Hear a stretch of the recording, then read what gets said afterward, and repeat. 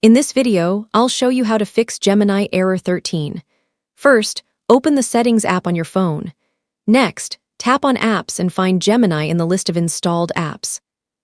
Select Gemini, then tap on Storage.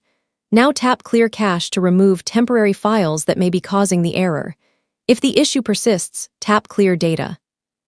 Keep in mind that this will reset the app, and you may need to sign in again. Once you've cleared the cache and data, return to your home screen and open Gemini again. If you're still seeing Error 13, open the Play Store, search for Gemini, and make sure the app is updated to the latest version. After updating, restart your device and launch Gemini again. In many cases, clearing the app's cache and data resolves Gemini Error 13.